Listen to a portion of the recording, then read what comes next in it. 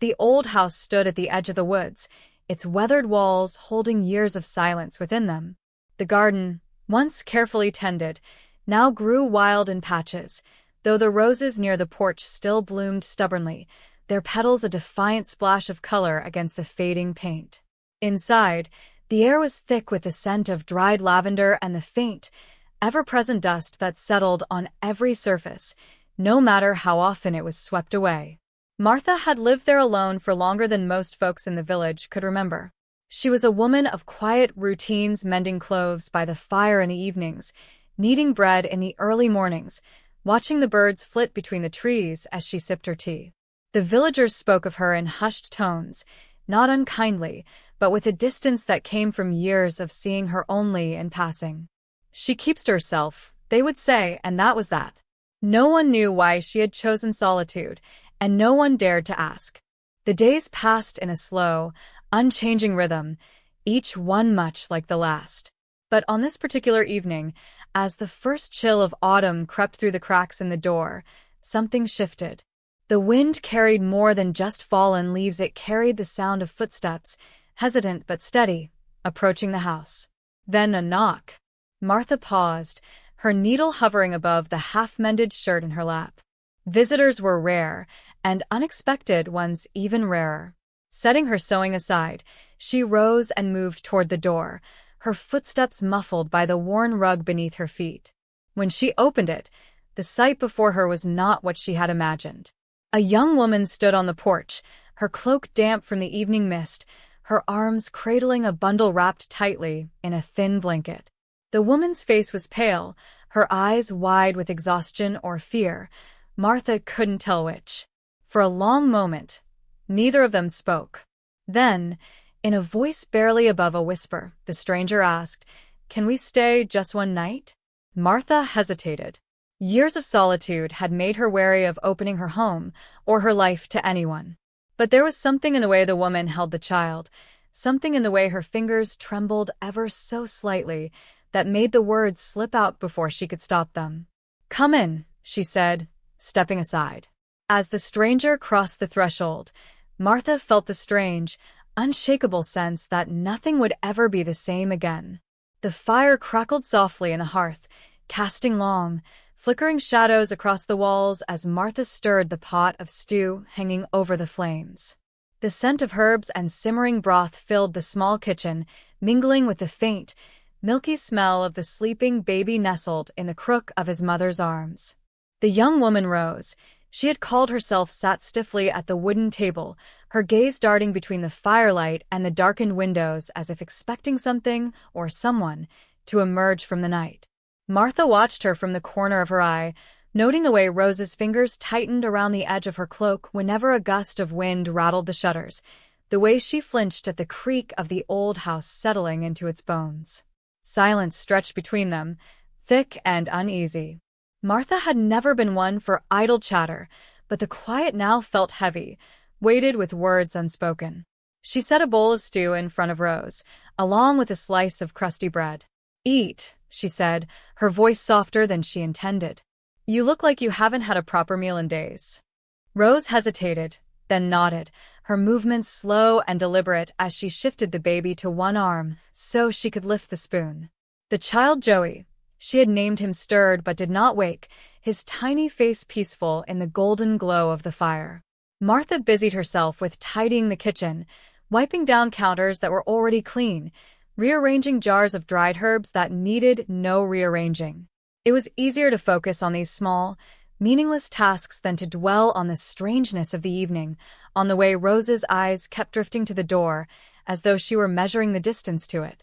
Once, when Martha turned too quickly, she caught Rose tucking something beneath the folds of her cloak, a slip of paper, perhaps, or a letter, its edges torn and frayed. Martha pretended not to notice, but the sight lodged in her mind like a burr, prickling and persistent. Night deepened outside, the wind howling through the trees like a restless spirit.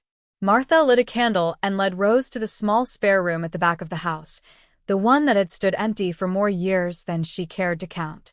The bed was narrow but sturdy, the blankets thick and well-worn. "It's not much," Martha said, placing the candle on the bedside table. "But it's warm and dry." Rose murmured her thanks, her voice barely audible over the storm rattling the window panes. Martha lingered in the doorway for a moment, watching as Rose settled Joey onto the bed, her movements gentle but hurried, as if she feared he might vanish if she looked away for too long. There was a story here. Martha knew a story of fear and flight, of secrets clutched tight to the chest. But tonight was not the night for questions. "If you need anything," she said at last, "I'm just down the hall." Rose nodded, her eyes shadowed in the flickering light, and Martha closed the door softly behind her. Back in her own room, Martha sat on the edge of her bed, listening to the wind and the distant creaks of the house. She told herself she was being foolish, that tomorrow Rose and the baby would be gone, leaving nothing behind but the memory of their presence. But then, just as she was about to blow out her candle, she heard a sound so faint she might have imagined it. The unmistakable sound of someone crying. It came from the spare room, a muffled, broken noise, as though Rose were pressing her face into the pillow to keep from being heard. Martha's hand hovered over the candle, her chest tight with something she couldn't name. She should go to her, she thought. Offer comfort, or at least the pretense of it. But something held her back. Some unspoken understanding that whatever sorrow Rose carried, it was not hers to share. Not yet. With a sigh, Martha extinguished the flame and lay down in the dark, the storm outside and the quiet weeping down the hall weaving together into a lullaby of loneliness and longing. Sleep came slowly, and when it did, her dreams were filled with shadows and unanswered questions, with a sense that something had shifted in the world, something she could not yet see. The storm raged through the night, its fury unabated by dawn.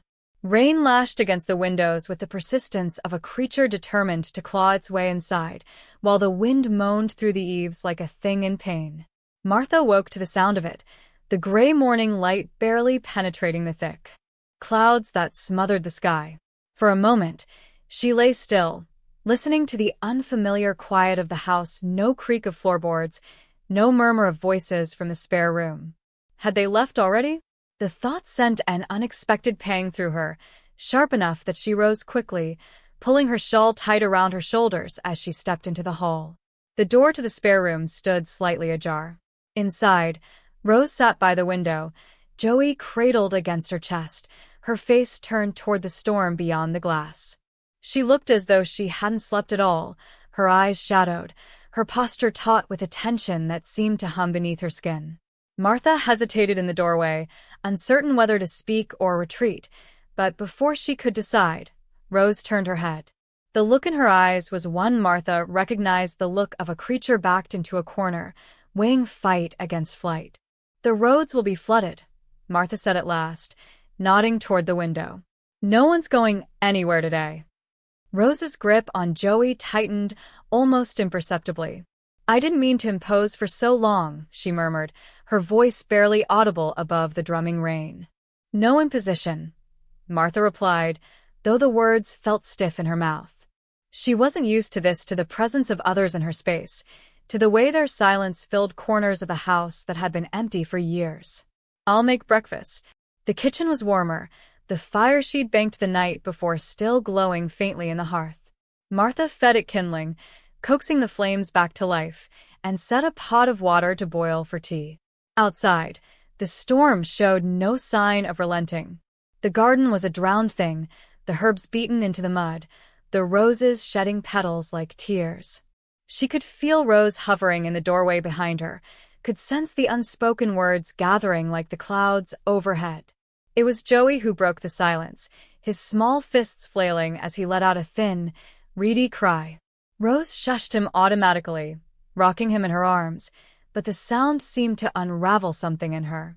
"He's hungry," she said, and there was a note of desperation in her voice that made Martha turn. "There's milk," Martha said, reaching for the small crock she kept in the cool corner of the pantry. "It's fresh enough." Rose nodded, but her hands trembled as she took the offered cup. Joey fussed, his cries growing louder, and Martha watched as Rose dipped her finger into the milk, letting him suckle the droplets from her skin. It was a practice motion, but there was something in it, something hesitant, almost fearful, that didn't sit right. "How old is he?" Martha asked, more to fill the silence than anything. Rose's breath hitched.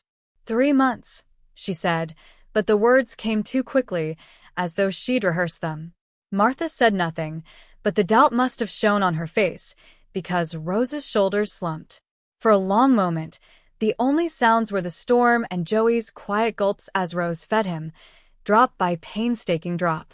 Then, so softly Martha almost missed it, Rose whispered, "He's not mine."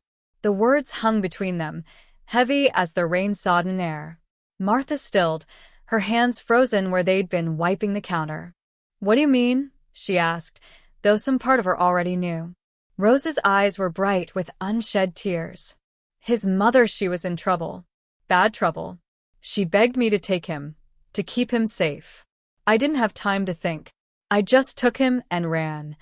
The confession spilled out in a rush, as if the storm outside had loosened something inside her.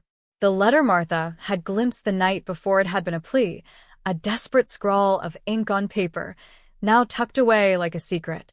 Rose's voice cracked as she spoke of dark alleys and hushed voices, of a man whose name she wouldn't speak aloud, as though even the sound of it might summon him to their doorstep. Martha listened, her chest tight. She had no children of her own, had never known the weight of a life entrusted to her care. But she knew fear. She knew what it was to run. The fire popped, sending a spark skittering across the hearth. Outside, the rain fell in sheets, turning the world beyond the windows into a blur of gray and green. Inside, the air was thick with the scent of damp wool and burning wood, with the salt of Rose's silent tears and the milky sweetness of the baby in her arms. Martha reached for the teapot, pouring 2 cups with hands that didn't shake. "You'll stay," she said, and it wasn't a question. "Until the storm passes. Until you figure out what comes next." Rose looked up at her, her face raw with gratitude and guilt. "I don't want to bring trouble to your door," she whispered. Martha handed her the tea. "Trouble has a way of finding us whether we invite it or not," she said. "At least this way, you won't face it alone." And just like that, the walls of the quiet house stretched a little wider, making room for one more secret, one more story. The storm raged on, but inside, for the first time in years, Martha didn't feel the cold. The storm broke on the 3rd day, leaving behind a world washed clean and glittering under a pale, tentative sun. Puddles mirrored the sky in the rutted path leading to Martha's door, and the trees dripped diamonds onto the sodden earth.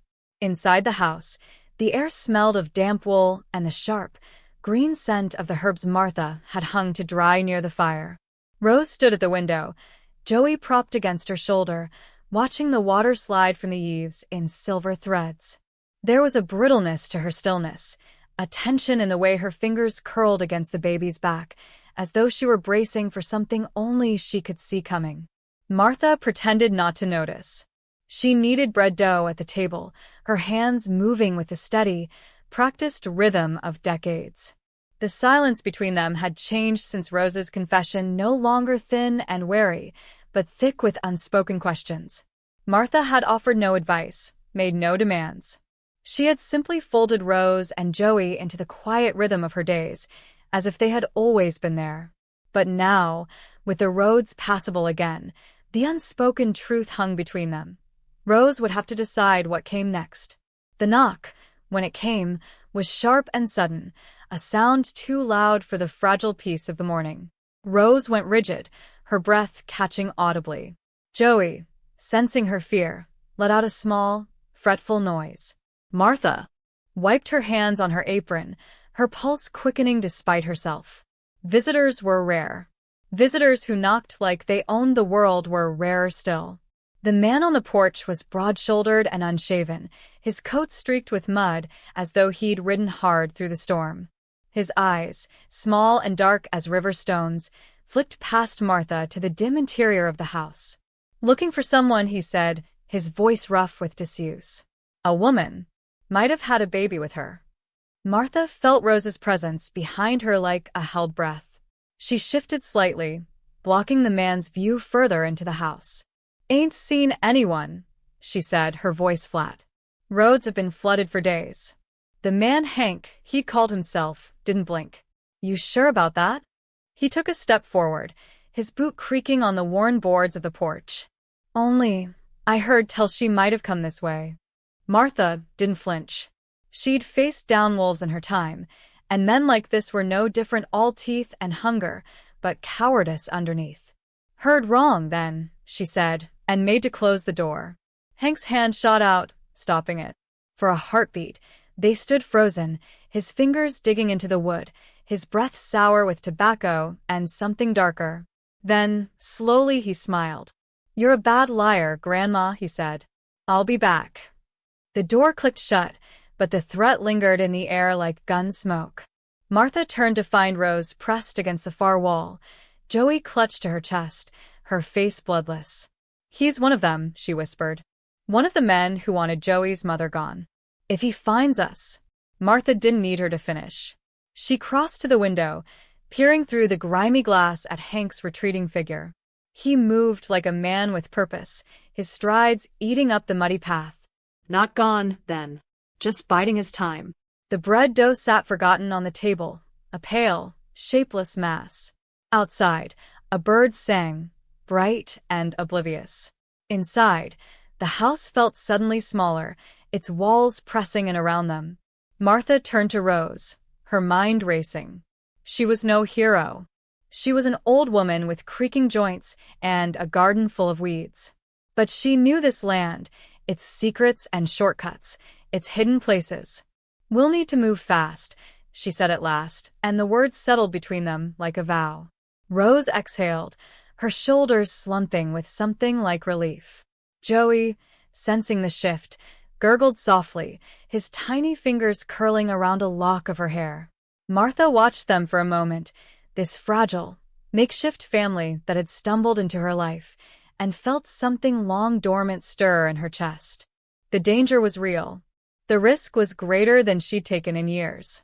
But as she reached for her late husband's old coat, the one she kept hanging by the door, though it had been a decade since he'd worn it, she realized, with a quiet shock, that she'd already made her choice. The afternoon sun slanted through the kitchen window as Martha spread a faded map across the table, its edges brittle with age.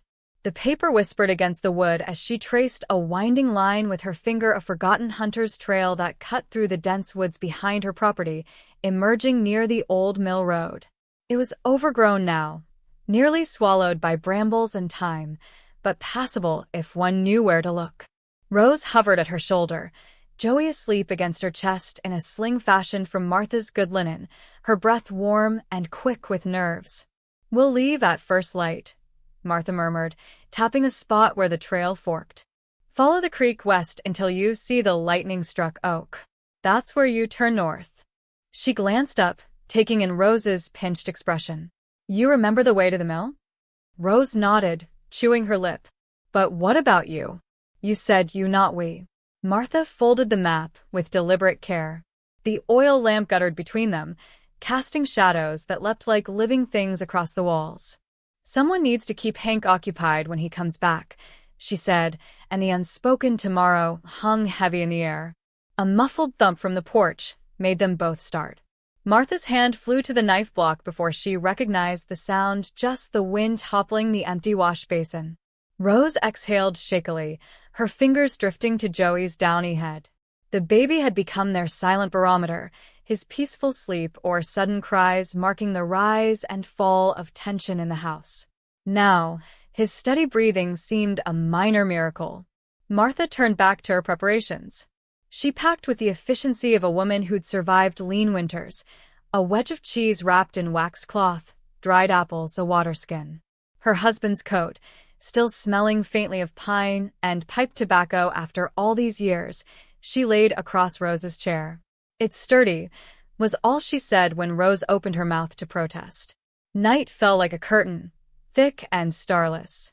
Martha banked the fire while Rose paced with Joey, humming a tuneless lullaby. The house creaked around them, its usual sounds now fraught with new meaning, every settling beam a footstep, every rustle of leaves at the window a hand testing the latch. At dawn, the world emerged gray and dripping. Martha watched from the doorway as Rose adjusted Joey's sling, her movements stiff with fear. The woods loomed behind the house, mist curling between the trees like smoke. "Sheriff Hale rides out to the mill on Thursdays," Martha said abruptly. "If you reach the road by midday, you can flag him down." She pressed the map into Rose's hand, their fingers brushing briefly, one pair gnarled with age, the other still smooth but already calloused from hardship.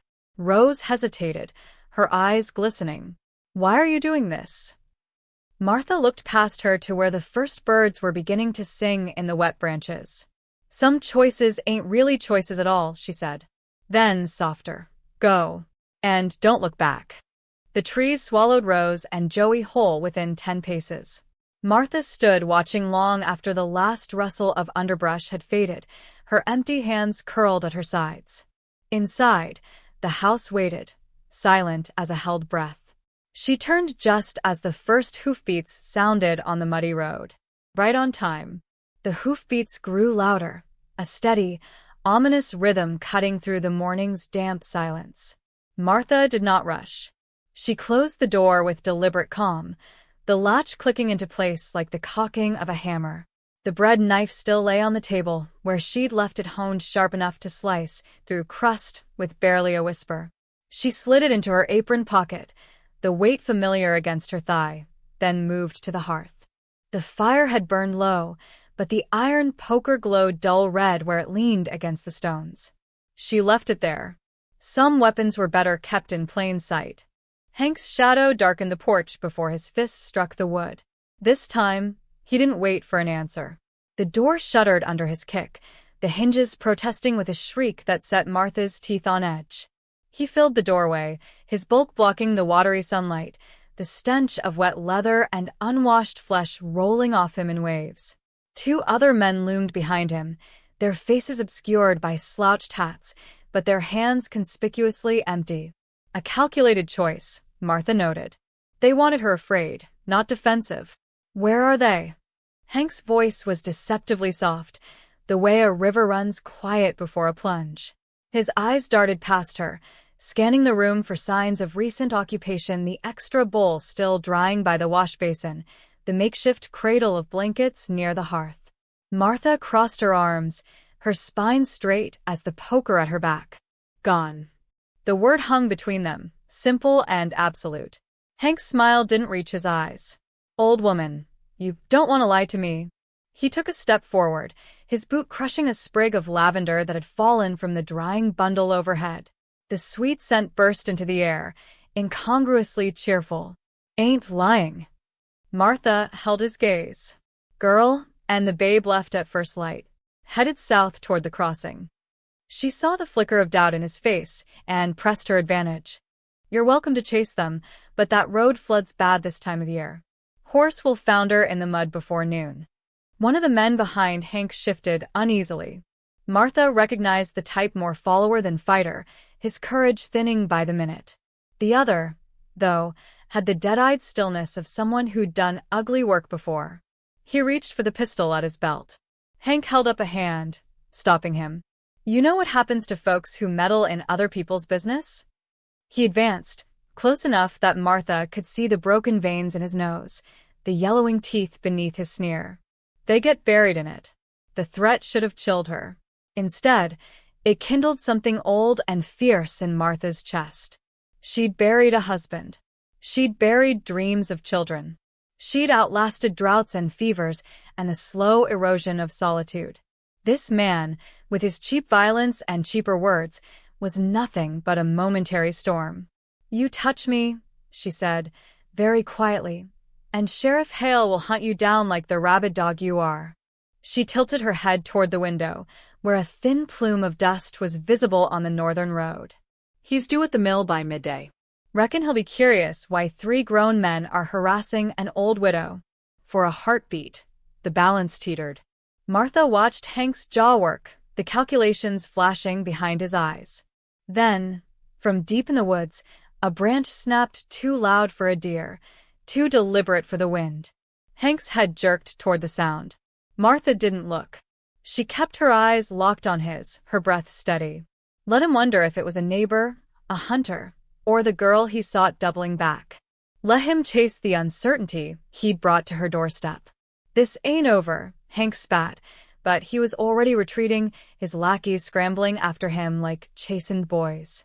Martha waited until their horses had faded into the distance before she allowed herself to tremble. The knife handle had left crescent-shaped indents in her palm. Outside, the woods were silent again, but the air carried the faintest echo of a baby's cry, or perhaps it was just the wind, carrying ghosts. She turned back to the empty house, to the remnants of a life upended, and began to pack. The sun had climbed past its zenith when Martha finally allowed herself to pause on the ridge overlooking the mill road. Her joints ached from the unaccustomed haste of her journey, her boots caked with mud from skirting the flooded lowlands where she'd sent Hank and his men chasing phantoms. Below, the mill's great wheel turned with a rhythmic groan, its paddles churning the swift current into froth. A cluster of figures stood near the water's edge, Sheriff Hale's broad-shouldered silhouette unmistakable even at a distance, the smaller form of Rose beside him with Joey bundled in her arms. Even from this far, Martha could see the way the sheriff's hand rested on the butt of his pistol as he scanned the tree line, his posture protective in a way that loosened the knot of fear in Martha's chest. She hesitated before descending. This was the moment where stories like hers usually ended: the fugitive safe, the villain thwarted, the kindly stranger fading back into the anonymity from which they'd emerged. But as she watched Rose lift Joey to show him the mill wheel's spinning majesty, the baby's tiny hands flailing in delight, Martha found she couldn't turn away. The sight kindled an ember of longing she'd thought long extinguished. The crunch of her footsteps on the gravel path brought them all around. Rose's face transformed when she saw her, joy and relief tumbling across her features like sunlight breaking through storm clouds. She didn't speak, just crossed the distance in 3 quick strides and pulled Martha into a hug so fierce it nearly toppled them both. Joey, pressed between them, let out a squeak of protest that quickly dissolved into giggles when Martha's calloused finger brushed his cheek. "He remembered you," Rose whispered, her voice thick. "His whole face lit up when he saw you coming." Sheriff Hale cleared his throat, his mustache twitching as he fought a smile. "Miss Rose here's told me quite the tale," he said, tipping his hat to Martha. "Seems we've got 3 men to hunt down, and a young mother in need of safe lodging." His gaze lingered on Martha, shrewd but kind. "Any thoughts on where she might stay?" The question hung in the air, weightier than it seemed. Martha looked down at Joey, who had captured one of her buttons in his determined grip, his dark eyes bright with curiosity. She thought of her empty house, of the lavender still strewn across the floorboards, of the way the silence had grown teeth over the years. Then she looked at Rose, not the frightened stranger from the storm, but the woman who'd trusted her with the most fragile truth of her life. "I've got a spare room," Martha said at last, her voice rough with unspoken emotion. "Garden could use more hands, too." Rose's answering smile was like the first warm day after a hard winter. The sheriff clapped his hands together, the sound echoing off the mill walls. Asterisk, that settles it then. I'll send word to the next county about our troublesome trio. He paused, eyeing Martha with newfound respect. "Though something tells me they'll think twice before bothering your place again." The walk home took longer than necessary, what with Joey demanding to touch every passing leaf, and Rose stopping to marvel at the way the late afternoon light gilded the trees. Martha found herself pointing out landmarks: the bend where wild strawberries grew in June, the hollow log that housed a family of foxes each spring. By the time the house came into view, its windows glowing amber against the gathering dusk, the strangest thought occurred to her. It looked like a home again. That night, as Rose sang Joey to sleep in the spare room and the fire crackled in the hearth, Martha took down her late husband's coat from its peg. She smoothed the worn fabric between her fingers before hanging it near the door, not as a relic, but as a thing waiting to be used. Outside, an owl called to its mate in the dark. Somewhere beyond the woods, danger might still linger. But here, within these walls, something new and fragile and fiercely precious had taken root. And Martha, who had spent so many years tending only to the past, found herself tending now to the future. The end.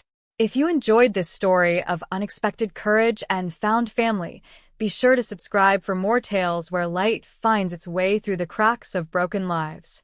Your support helps us continue bringing heartwarming narratives to life. Click the subscribe button below to never miss a story.